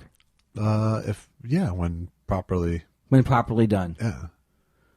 It wasn't, it just looked like a gray mat. Anyway, so I start to think I had food poisoning, and then you also have the spices do it. Although gray, you want it gray. It's better than pink. You don't want pink. Right. Although, but when you smoke stuff, it gets pink. That's true. That's the problem that's the problem when I've had arguments with myself over a piece of chicken. Yeah. Is that white or is that pink coming from? And that's why I don't like dark meat chicken. How do you know when dark meat? How do you know when it's done? How do you know when now you probably do. You're probably one of these guys who likes the flavor more of the dark meat. I do. I don't know. That's what it takes all kinds. Christy W. says, is there a Tupac Biggie thing in comedy? I never see Andy or Eddie Pepitone on the list at the Comedy Cellar, and same for Todd Barry, etc. at the LA clubs. Well, the truth is that Eddie Pepitone and I have had 3 or 4 horrible fistfights over territory. Who is, like, I started, it's like, to me, I feel like I started the annoying. I did the I'm old and haven't made it bit before he ever did it. Right. So he's copying me. So we've had some punch outs. No, I haven't had it, but there are those in comedy, right? There have to be. Yeah. Like, but I think that she's talking East Coast, West Coast. Oh, is that what she's saying? Yeah. Yes, there is then. Because I am from New York, but I would get angry when I go back to New York to work because I thought they were more cliquish, which ultimately it's almost always when you're feeling that way, you're playing some role in it. But I always would be like, thought that some people in New York had that, yeah, it's New York, where obviously we're the greatest. Right. And I think sometimes the comics used to have that a little bit too. But now I think it's all broken down and you can't tell the style by the coast. Right. But do you remember those days when it seemed like New York was like, hey, I'll give you, like I had a joke that was, like Bill Schefter used to go, hey, they got this thing down south where they say, you go to barbecue, you cook the meat. Let me get this straight. I'm cooking my own meat now. That would be a vein of New York humor. Right. Absolutely. All attitude. And also angry. Right. Also, like, we've been through a lot. Because there is a certain truth to the gruff New Yorker. Right. The gruff, friendly New Yorker. Right. But then there's people who go, yeah, I'm in New York, and so I'm gruff. Right. Well, there's a defensive posture in that attitude. Yes. Or proactively offensive. Right. Yes. And but then I think so for a long time I felt very alienated by the comic. I didn't feel close to the comics in New York. Right. But now comedy is just sort of confessional everywhere. Everywhere. Yeah. But also I was also just envious when I started too. I was like jealous of people. Not now. Perush. Throwback to Test Show 3. Can we have a recording of Andy Kindler's Nuclear Radiation Blues soon on Bandcamp? I was 3 miles high, but now I'm 3 miles low because I'm staring in the mirror. Okay, on Bandcamp. Okay. Hey, you did a good job of shortcutting that. I did. How was your method there? You said what? It was a full shutdown, frontal shutdown. You should save it for Bandcamp? Yeah. Okay. For Bandcamp, because that's what he had. Well, how come I don't Could you feel, post it on Bandcamp? How come I don't feel bad? He didn't say, please perform it on the show. Right, but how come I don't feel insulted? Because you know the truth. You realize. You know the truth. Down below it all. Yes. All of my bravado is covering up my feeling of being nothing. Tim Jackson, what was the over-under on getting to Test Show 45? I'm glad you did, by the way. Mondays are great now. How are you feeling about making it to Test Show 46? I was nervous about the show. I mean, I was nervous about how long. I was nervous about would I enjoy doing it or would I be good at it and all that kind of stuff. But I didn't think I wasn't gonna try it for a while. Right. How about you? I figured if it didn't work, we would have been done a long time ago. I mean, I'm not even saying it works, but it works for us. I know what you're saying. Yeah. We found this little pocket, this exact time that we can do it once a week. Yes. Your house and close by. And I'm genuinely shocked that we haven't dropped the ball yet for a single week. I know we've done a good job. Well, I think that I would have thought if anyone dropped the ball, it would be me. But I haven't felt that way. What's that? I said, of course you'd think. No, because I don't think of myself as responsible. I know. That's what I mean. Yeah. Of course you'd. But you'd short sell yourself. But there is a part of me that when I said let's do this, or not, you suggested it, I said okay, let's do it. I didn't then say I wasn't that scared about it or that. I think maybe the thing that was good about it was I never started it thinking, oh, this is my last chance at stardom. No, I think it's just something fun to do. Exactly. It was really the pure inspiration for the show was you live 3 blocks away. We got to do something. Right. I think even if it had been a mile or two away, we might have. I don't know. I drive now. I don't know. I think it's fragile enough so that maybe not. Well, it also works good that we picked a night of the week that's good. That a lot of time. Oh, for me, it's good. It's usually not. If I get off the road, I come home on Sunday. Right. If we had made it, I guess we couldn't have made it. And I think our wives would allow us to make it a weekend night. No, probably not. Although, can you do Easter? I cannot do it. Oh, that's right. Doesn't your wife? Because I have to leave the next day. I have to leave that Monday. Well, I don't think it's just fair to try and force it on me during the show. No, we'll do something. But I think she's definitely celebrating Easter. But what if we did it Saturday? We could do that. Yeah. I can't believe. When is Easter? It's on a Sunday. Is it soon? It's the first day of April. Yeah. See, do you have a shoulder problem? A little bit. Is it a separation? It's a trial separation. Do you have a rotator cuff thing? Make a rotator cuff joke right now. I had trouble with my rotator cuff. Something from? Should I do it from my notebook or off the rotator cuff? Off the rotator cuff. I don't know what that means. Off the cuff. I did not get that. You could have said it 4 times in a row, and that counts as the joke. The judges say, yes, you've already accomplished the joke. Wow is right, Josh. You got your hair cut. I did. I like your hair like that. I also liked, I thought that was a cute. It's middle-aged bald man number 4 I asked for. Give me they also like the illustration someone made of you. Yeah. Yeah, it was good. Yeah, that Timmy in Australia. He's the same person who did that painting of you that I sent. Yeah, like you're standing behind something. I mean, he got your face good. It was good, yeah. I don't know why I say things like a 4-year-old. It looks similar to you. That's not art. Just relax, Andy. Tommy Barcanero. Hey, Tommy. Frequent question asker. Says, what are your thoughts on the mini red carpet and exclusive boarding area that some airlines have for the first class passengers, located inches away from the economy class boarding area? As someone who always flies coach, I find it all to be a bit much. I think that any time that you're aware of divisions and it's built into the system, there's always a part of you that goes, is this really what we should be doing? Right. You know? So I do think of that. But like, there's another thing now called Clear, like that uses facial recognition. Yeah. I can see how anybody would want to do anything to bypass the part of the airport that's annoying.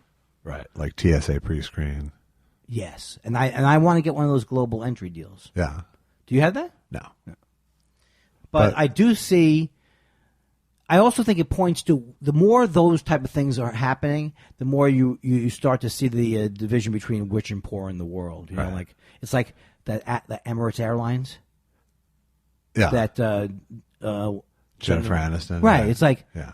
The airline sounds great, but there's something a little that's crazy. $12,000 for that ticket that she's advertising. Yeah, no, I as someone who actually does fly first class fairly often, I don't, the less we can feel class separation, the better for me. Right. I don't feel better. You don't feel better. Excuse, would you get out of this man's way? Thank you, John. Right, exactly. What a pleasure to see you. I just want a better seat. That's all I want. Now, do you ever pay? You do upgrades, right? I pay sometimes if it's reasonable. If it's reasonable, or not a crazy percentage over. Like sometimes, like Delta especially has affordable. I didn't know that. Well, affordable when their coach is really expensive. Yeah, it's like it's not that big a jump to first. Well, they're very smart about what they're doing now in terms of like, do you want more room? I mean, it is smart. It's like in the old days. You'd never were going to buy a first class ticket. You just weren't going to buy it. Right. It was not for me or you. Right. Right. And of course, there was a time period until relatively recently where it didn't matter if you bought a ticket close to the date, you were going to pay exorbitant fees for it. Right. There wasn't like, you could shop around and get a good fee. Shiftless Element. I have a question and an answer. Does the world want to hear Andy's old recordings? For sure. I will be very excited when I'll be very excited and proud when I put this music up, especially since I learned the lesson that what kept me down was my own opinion of myself. So, I think if we're ever going to go Patreon. Absolutely. That's where it's going. Was Andy Kindler able to enjoy 420 responsibly in Vancouver? Loved how aggressive you were with the tables in front at Yuck Yucks at the 11 o'clock show Saturday. Oh, my God. What's that story you were name? telling earlier? This is Tyler Gaudet. They were terrible. That was the crowd that was terrible. Or Gaudet, but I'm going to go Gaudet since Isn't he was Canadian. I already explained that to you, yes, right? Yeah. Yeah. So, he may have been one of the people who said love the show. It's, the thing was, it does ultimately get back not 100% to me, because I hate that whole idea. Oh, it's all your fault if the show goes bad. But I do feel like I did let that affect my evening a little bit. Yeah. That the guy was 1 inch away from me, because it's hard to avoid the eye contact when they're that close. Yeah. But I still should have been able to. So what did you do? I told the one guy, kind of told him off in a way, if you listened, maybe you'd hear that, whatever. I was not mean to him, but I showed him that was not a nice thing to say. Right. And I kind of made fun of the whole table. Yeah. But it was one of these things where, it was one of those nights where when people like me, they like all of my weird things. Right. If they don't know, if they're not into it, then it just sounds like disconnected words. Right. You know, like the what we were talking about when we started the show about autograph hounds or whatever the joke is. Right. And then it sounds like I literally, on some of those nights, I go, I would literally have no jokes if this is the way it is. Do you feel like that it has to be an Andy Kindler knowledgeable crowd for it to work for you, or can you win over crowds? Well, I can definitely win over crowd. I can win over crowds in the sense that indifference to me is unacceptable. I will not accept that they just not listening to you anymore. Right. So I will engage them. And so I think that by engaging them, something can happen. But I see a lot of comics still go into, most comics don't say, and maybe I do it too much, but they just go like they're on automatic pilot. Right. That's the rules, kind of, they say. Don't mention it. Yeah, or, But I know it's my problem because I know I'm also hoping for an audience response that would be, what do I want them to do sometimes? Right. But in this case, it was like, it makes me not want to go on playful romps for my act. Right. Yeah, I mean, most comics do just put their head down and do their shit. Yeah. And get out of there. Or some version of not commenting on it as much as I do. Which Yeah, is probably not nearly death as much. I for mean, most no people. one does comments on it as much as you do. Yeah. Because even when it's going really well, you comment on how it's not going well. Right, and that's what I really learned, if I hadn't said this already, is that if you just are self-deprecating, that's all they hear. Yeah, they take that as It's instructions. so sad. Well, right. Oh, you don't like your act? Well, why wouldn't you write some material you would like? Right. But I always test jokes. Well, that's the other thing in this day and age, too, is we talk about political correctness, but there's also this sensitivity that people have about self-loathing. Yes. Either they love it or they hate it. Right. And like when I went to Australia, Like you literally can't elicit pity from people now. pity, and also they're people who take it like you're complaining. You know, Right. or something like that. But when I went to Australia, they loved it. That was like, yes, they make fun of themselves a lot. Right. So all jokes about how bad I was killed there. Right. You know, so it really does depend on the culture, too, in a Right. way. But here's an example I want to tell you about a joke. I will try jokes that always work on really bad nights, and when these jokes don't work, I know it's like I have that joke. You know, they say, happy wife, happy life. What kind of a sick psychopath are you that you need a rhyme to remember to treat your wife decently? Right. If they're not laughing there, Right. I can't help them. You know, it's not a riddle. Right. And so I'll do a few of those. Like I went to the club. This one does get mixed reaction. This is an example of they think I'm trying to. Am I being hacky on purpose? Where I went to a clock store and the woman said, "You want a second hand?" I go, "Not on my watch." Yeah. I get groans from that sometimes. Well, you should. You totally should. I think it's genius. I think that should get me the Mark Twain Award. That joke. People laugh at it, Josh. Just face it. I'm funny. Some people are funny, whatever they do. Exactly. Not on my watch. Are you telling me? Okay, how about this one? This one always gets a laugh. Yeah. And if it doesn't, I'm in trouble. I go, this is not my first rodeo. I answered on the questionnaire that was handed out at my second rodeo, specifically to the question, how many previous rodeos you've attended. Right. If that gets death. Right. Now, those are the two jokes in the last year or two that I've seen you go to as your, okay, time to do material. Right. Like you wrap up your set with the not on my watch, or you do the, do you really have to? Time to get serious. Let me do these two Do jokes. you really have to expose me in front of America? You're ruining the mystery of when people see me live. Let them figure it out. Moving on. Moving on. Emily B says, Andy and Josh, which is your favorite Marx brother and why? That's a good one. Yeah. Do I go first? Sure. Do I want to go first? Oh, I'll go first. Okay. Me going first just feels... I would say my favorite Marx brother is either Groucho or Harpo. That doesn't There's happen. 3 Marx brothers. No, No, you're not There's talking about four. Zeppo. Okay, four, and Gumbo if you want to throw him into. I think it's a tie between. You can't have a tie. Okay, Groucho. Okay. Because he is hilarious.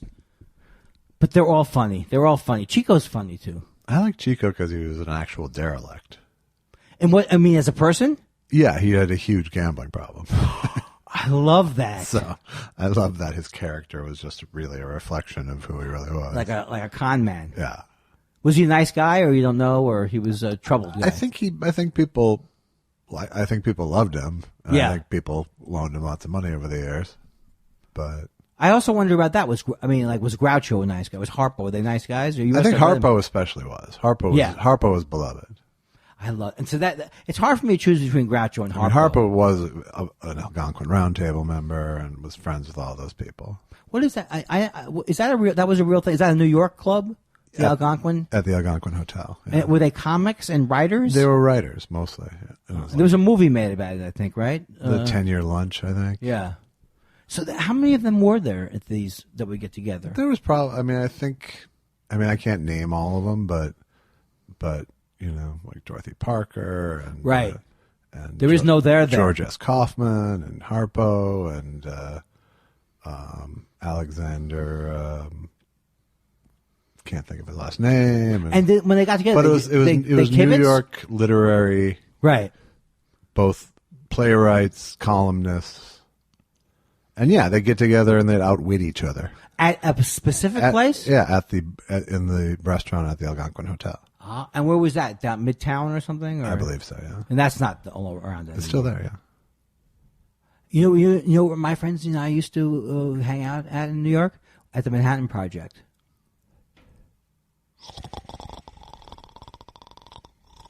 Okay, we got room done. We got room done. That's exciting to think about because you can't recreate that, but it was all that it was cracked up to be. It must have been great, even though they may not have. I just think I would have loved to have experienced the actual thing, like with a time machine. Well, it wasn't. I don't think it was that different than the gang of comics you hung with. At in the early '90s. I think you're right. I think it was their contemporaries, and everyone sat around and tried to impress each other. And it's not that different, really. Right. But except they were more. I always think of it being as like an intellectual aspect to it. Well, there was an intellectual aspect to it, but I don't need that, do I? No, I think some of that was stripped away by the '90s. But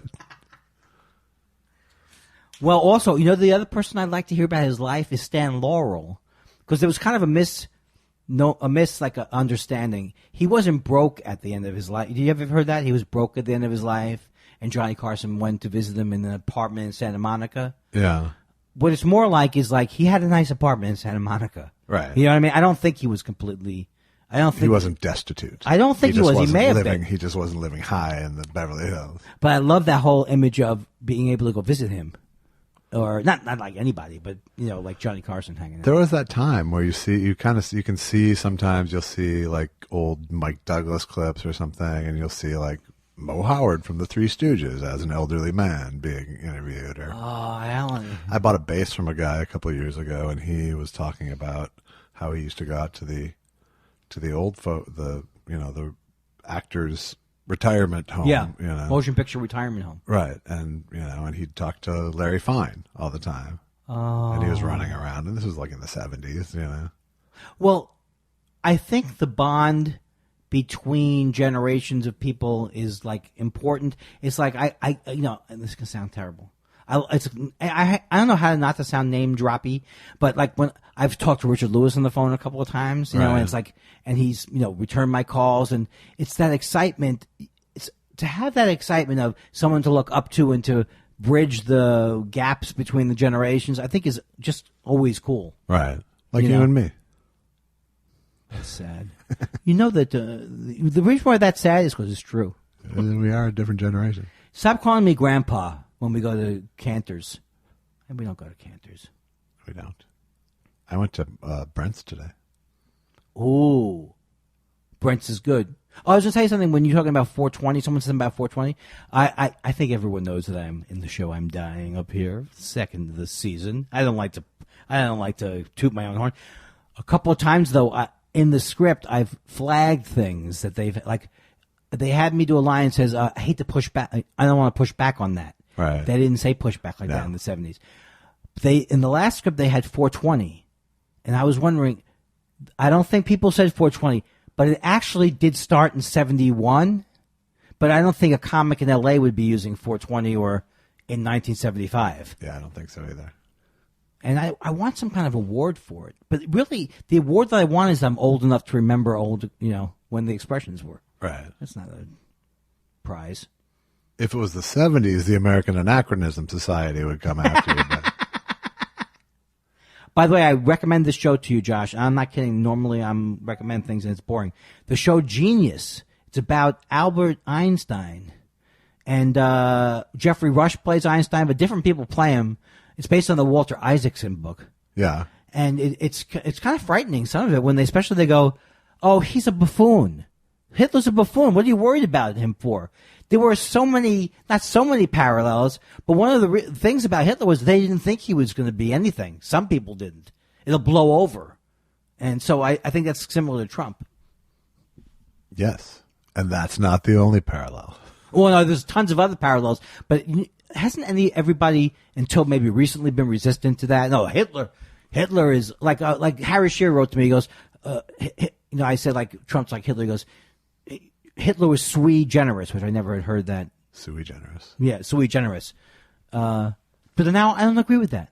I don't agree. I think there are exact parallels because I don't think they knew Hitler was Hitler when he was coming in. Right. This is the crazy guy. He was the crazy guy. Let's give this guy a try. He says what's on his mind. So, I hate to be right and to the point where I'm rounded up, but... Right. But until that day, we'll be right here on Thought Spiral. Andy Kindler, he's got more Hitler material than Hitler. Seth Dick III has a series. Crayons or markers? I'll do them rapid fire. Crayons or markers? Markers. Who wrote the Book of Love? I don't know. I wonder who. Oh, okay. I don't like being a house guest either. Is it our control issues? Yes. What movie does your spouse find funny that you don't? What TV or movie, I think is what he meant to write. I think we're simpatico. How about you? Every single TV show that she watches, I don't. You don't share the same comedy love? No. Wow. She doesn't watch that much comedy, and why? She mostly watches your act. Boom! I got back. Oof! You got Kindler. 2018. No, she watches murder stuff and like Dr. Phil occasionally. I can't watch Dr. Phil, but I we could watch watch the murder. same news programs. Okay. Joan Tuzet, have either of you ever written an embarrassing fan letter / email to a personal hero? No, but I've said embarrassing I think I've said embarrassing things to people I respect or something. Yeah. When I met sure. them. When I met them. Yeah. Sure. But I only wrote... I can really only remember writing one fan letter, and it was responded by Matt Snell, the New York Jets, and I wrote to him. Yeah. And he wrote back to me, and I just loved it. Yeah. I still think of it now. It was on Air Force Reserve stationery. That is why I should answer an email every once in a while. No, that wasn't what I was going to say. But that's why athletes absolutely should fucking anytime they can interact with a kid. Oh, it's great. Oh, yeah. Because they remember it for their whole life. They remember for your whole... It's so true. Except one time my friend and I think I told the story. My friend and I, there was a relief pitcher for the Mets called Jerry Arrigo. And we just found out where he lived, and we were knocking on his door, and he was fine, but he was surprised. Yeah, I bet. I don't think I've ever written a fan letter. I almost invited Paul McCartney to my bar mitzvah. Oh, that would have been great. I think I may have even written the letter, but I don't think I sent it. I can't imagine. Now that I think about why I knocked on, I can't imagine having the balls to knock on someone's door. Right. I don't know what I was thinking. before all your self-doubt set in. Yeah. I like the idea that as a younger person, I was completely well-adjusted, no self-doubt. That's kind of how I was. I was so much braver in my late teens, early 20s when I was a young, brash comic. I'm a comic. I'm a comic. Well, there is a certain, there is always that certain brashness in the 18 to 21-year-old. And that's why when they break through sometimes, they're like, break through because they won't not break through. I mean, because of that confidence. Sometimes. Absolutely. Yeah. No, there's no governor on it. I love that name. That a governor is. Oh, now I see why they were named it that. Thank you. Good night, everybody. Good night. I finally figured out that governor comes from the word governor.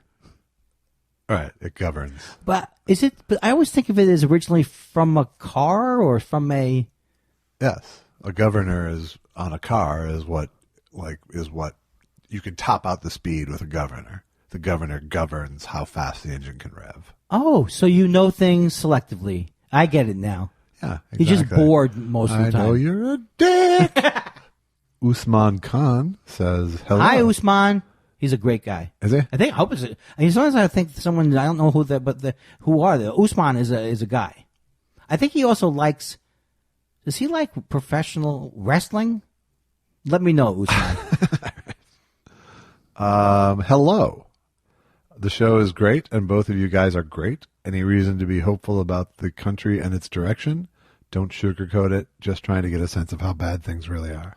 And we have related. I think we've related to each other about anti-Muslim things with Usman, and so it's like we kind of like bonded by hating the anti-Muslim thing that was going on. You and Usman have? And me and Usman have, because I remember we were all involved in these horrible new atheist arguments. I think I am always optimistic. I think the thing in Parkland that happened really does remind me of the 60s. And when I heard those kids coming the way they were talking, I really got inspired by them. And it reminded me of David Bowie when he's like, the children that you spit on as they're trying to change the world, they're immune to your consultations. I kind of had a real feeling that's kind of what's happening, like with this gun control thing. It's like, you know what? Don't bullshit me. Don't bullshit me. You can't tell me why everybody should have AR-15s, Right. But I am optimistic, but I'm also always scared because until Trump's out of office, I'll be scared every day. And then I grew up in the shadow of nuclear war, so can be frightened at any point. Right. Yeah, I think we're fucked, but I don't think we're irrevocably fucked. Yes. I'm scared how far the pendulum will swing ultimately. Yeah. But I'm confident in our ability to recalibrate eventually. Well, I've been thinking about death recently, Josh. Yeah, why wouldn't you? Why wouldn't I? And it's like you hear these things through Eastern philosophy, whatever, but they don't resonate. But now it's starting to resonate with me more. Like I was getting ready to come home from Vancouver. I said, I can't wait to get home. I can't wait to get home. And then I said, this is what makes me this is what sets up disappointment. Why can't the journey home? I mean, it sounds cliche. Why can't I be happy as I'm getting ready to go home? Why can't I be? So this idea of bringing yourself into the moment, right, is so important. If you can do it, I can't always do it, but it's like that's why you can't watch the news all the time. It's like you can't control everything. The only thing you control is your attitude towards it, Right. So sometimes I think like maybe people have always felt like they were on the verge of the universe ending, even though now it could. Right. But you're going Eckhart Tolle with it? I'm not a fan of Eckhart Tolle, but I'm not a non-fan of his. Yeah. Rick wants to know if one of your heads was temporarily transplanted onto the other's body in a thing with two heads scenario, which would be the better combo? Andy's head added to Josh or Josh's head added to Andy? Undoubtedly Andy's head added to me, just because Andy's balance is bad with one head. This is the most disgusting thing that anyone's ever promoted. I couldn't understand what the question was at some point because I thought, it's a combo of two things. No, but this guy's saying that you're... Who's Rosie Greer, who's Ray Milland, is what he's saying. So in the Rosie Greer, Ray Milland, they didn't have two equal bodies growing down? No, they had Ray Milland's head grafted onto Rosie Greer's next to Is it a true story? Yes, it's a true story. But if you're a Siamese twin, that's not what this was. You are two separate people? You'll have to tell me later about this. I don't really get it. Siamese twins, yes, they are two separate people. But it's real. The two heads is not real. That's never been done. Where they couldn't literally graft my head. Well, my head would be dead. So here's the thing. I think it'd be better to have my dead head attached to your shoulder. I would prefer to have your dead head attached to my shoulder than your live head. Well played. Ben Stone, I have a tendency to lose steam partway through creative endeavors, and having stacks of unfinished projects everywhere becomes very discouraging and exacerbates the issue. How do you both cultivate motivation when you feel creatively empty? Huge fan, by the way. Well, I would say that that haunts every artist. Well, haunts people who have problems like me or OCD problems. It's a very, very common thing. And I think in general, the idea of letting go of the final results of things is kind of if you let go of the final, if you let go of like, what's this going to do when I complete it? Where is it going to go? Right. And then just say, forget that. I don't know what's going to happen to it. Then maybe you can just return to having the fun of doing it. Because that's what I think is one of the things comics do. It's what I did when I was younger. All I thought about was, am I good enough? Is it good enough? Right. And that limited my just having fun and not worrying about where it's going to be. Right. Yeah, I think one of my big lessons over the last many years is definitely that, is being results oriented about things in terms of what the response will be. Does you no good, Completion is where it's at with creativity. It really is. I mean, and that's why, like when I put out the movie this past year, I, honest to God, was not obsessed with how is it going to do? How are people going to respond to it? I was really like, thank God it's fucking out there. Yeah. And that was, I completed my mission. I have done all the things I can control to get this thing into the world, And so I really wasn't sweating it. Yeah. Which kind of surprised me, actually. But I really was, especially because I had the other movie and still have the other movie that's haunted me for so long, being in my life for so long. That right. Yeah. It felt so fucking good just to go, done, done, done, done, bye. Right. And I think as any performer or artist, whatever, it's so hard to get rid of the initial thing of you make something and you worry about what's happening with it, right, instead of just letting it go. And but the act of completion is so important. Yes, I agree. I agree with you. It is so important to growing as an artist, because the thing that makes you stop is fear. It's always fear, as far as I'm concerned. That's it's the same thing when I'm writing a script and I'm having trouble. All of a sudden, I have a great idea for another script that I just gotta go right now because you don't want too afraid to write the first one. Yes, and say it's finished and then have the world judge it. Which now I'm trying. That's part of what I had to overcome is go. Okay, the world will judge it. Because I did have this problem earlier in my career. Well, like you would start a lot of projects and be unfinished, and then especially scripts. Yeah. But it's one of the things I've grown into is that I feel steadfast about completion. For me, or stop, or I will literally just cancel it. Go, this project is over, because I hate having shit that's just festering in my life. So I have cut bait on some projects, but I've cut bait. I've said made a conscious decision. Yeah, no, I'm quitting doing this. Well, what you're saying is very important because I think the other side of it is I spent my whole life, or a lot of part of my life, figuring out what I don't want to do. Like, I thought I'm supposed to be this writer, or I'm supposed to be a screenwriter. I'm supposed to write.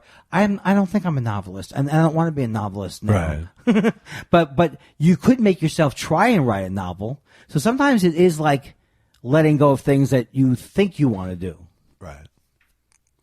But everyone has a problem. And for me, part of what I want to do is a lot of different things. That's always been my goal, is to keep tasting different fruit. But I wanted to be a studio guitarist. But I don't want to be a dilettante where I try a new thing but then bail on it. Yes. It's like I want to make a movie and not be a guy saying I'm making a movie. Well, they had the scene with the Weinstein where he's playing the violin, which I didn't even know he played violin. Yeah. And the thing that was great about it is it was like you could see, he was really enjoyed playing. And I never really enjoyed playing. Right. So you could say, I see now you could enjoy the violin if you really loved it. Yeah. I thought I was supposed to love it for some reason. And then it got into, I can't stop now. Right. My parents put Well, that's the black and white thing of either I'm the greatest in the world or I'm shit. Yeah. And that's also, I grew up in that time period where being a guitarist became like an Olympic event. Who's the fastest? For a time period, it seemed like everybody was like, then there's Eddie Van Halen, then there's this guy. And then everybody got tired of that kind of, not tired of Eddie Van Halen, but how could they get tired of Eddie Van Halen? I don't even know much about them except I love the song Jump. He's shit compared to Steve Vai. Alex, Showbiz Alex, yay, chimed in with his request. Vin Scully, he called him Vince Scully. Oh, it's over. Singing "I Did It My Way." Oh, that's you. I guess. By the way, the only time I ever do respond. Regrets, I've got a few, but then again, too few to mention. But I will mention the beefy rich taste of Farmer John. Summer sausage. Anything but. Apparently, Alex thought writing into the show would make him a big man. Anything but. I did it my way. That is excellent. That would win the contest. Excellent. Yoshi Yamamoto. Andy, was there any particular reason you stopped doing Jimmy Pardo's podcast? I think some of your best guest spot work was on those appearances, second only to Fitzdog. Only that I don't ever usually solicit the podcast, so whenever he's asked me to do it, I'm all over it. Right. So there is a reason. But, he hasn't had it. You didn't generate it. That's right. But you know what? It's not like it's how some people. You think, no one, people are blackballing me. I think it's just that there's a million comics. If I asked to be back on it, so maybe I should see. But I don't know. It's kind of weird. I don't know. I think it's weird to ask. It's weird to ask. Yeah, unless if you had something to promote, like if you had a special coming out, then you can ask. Then it's cool to ask. But I think he's hilarious. He is. He's very funny. He has a paywall. Does he? Well, he did for a long time. I don't know if he does now. Did Mexico pay for it? oh God! I shit myself. I think we're out. There might be a few more, but we can't. You can't get them all. Have you noticed any reaction to the question and answers? People keep asking questions, so that's the best response we can get. If you'd like to have a question on the show, follow us on Twitter, and every Monday or day we're taping. Usually it's almost always Monday, but I'll make an announcement to open the floodgates. I love when you change your voice, vocal. I get folksy. Folksy. I get nice and folksy. Hey, because you know why? You're not the greatest man. Jigga, danga, danga, janga, jang, jang. If you don't want your question answered on the show, but want a question answered, write us at thoughtspiralshow@gmail.com. That's confused me. You don't want everybody else to see it. Yeah, if you just want to correspond. Yeah. Also, follow us on Twitter. Twitter at Andy Kindler, at J. Elvis Weinstein. Right, and at Thought Spiral. At Thought Spiral. And follow Showbiz. Yeah, he's, I think Showbiz Studios has their own. Follow that Showbiz. There's always something happening at Showbiz. That's right. It's Brizzy there. Remember, he's not involved in showbiz. No. He's involved in showbiz. Yes, he's very brizzy. Yeah, that's it. Now, you can still see Josh's last movie. There's not like there's a time limit. Right? No. In fact, I encourage you. Yes. This is an especially good time to see it. Right. I Need You to Kill, my documentary about stand-up in Asia. Yeah. Starring Tom Segura, Pete Lee, Chad Daniels, and a host of others. Available iTunes, Amazon, Google Play, pay-per-view. I Need You to Kill. And if you've seen it, go ahead and rate it on the place you bought it. Also, listen to Thought Spiral. And you know what? Why is it that we why do we feel this pressure? Please hang on. There's got to be more show Why can't in us. How come we can't be like until tomorrow? It's today. Something simple, out, easy. Yeah, that's what people like. Yeah, but then you get so sick. If you really did end it with that's the news to you, we would hate each other. We would. Well, how about this, Josh? Okay. This is going to be it. I feel it. I can feel it. It's coming. His eyes are darting around. He's thinking. He's. I don't know how to end it. I could end it right. Like, how about right now? Like, okay, so that's it. I did it my way.